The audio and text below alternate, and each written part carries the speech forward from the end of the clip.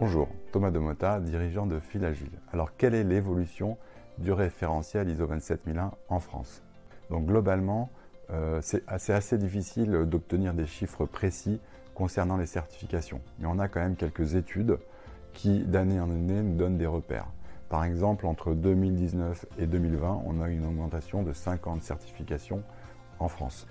Ce qui n'est pas énorme. En fait, on est sur une certification qui doit être autour de 400 certificats attribués en France pour la ISO 27001, sachant que sur les normes 9001, on est beaucoup plus élevé.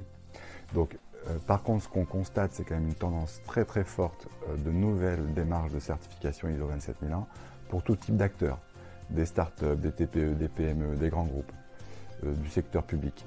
C'est vraiment une norme qui est très adaptée au contexte d'aujourd'hui, aux enjeux d'aujourd'hui, qui se développent dans beaucoup de secteurs, l'e-santé, donc la santé pour les données de santé, la sécurité pour les données de santé, la sécurité pour le financier, la facturation numérique. Donc voilà, c'est vraiment une certification qui se développe énormément en France, surtout qu'en France, on est quand même un peu en retard par rapport aux autres pays, notamment anglo-saxons ou asiatiques, qui ont développé beaucoup plus cette certification.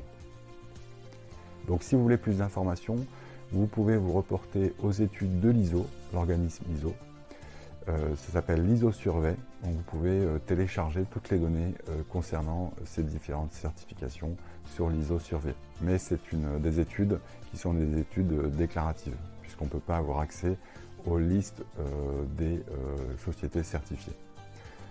Par contre, ce que vous pouvez faire, quand même si vous ne pouvez pas accéder aux listes des sociétés certifiées, c'est sur chaque organisme de certification, vérifier que la société avec laquelle vous voulez travailler est bien certifiée ISO 27001.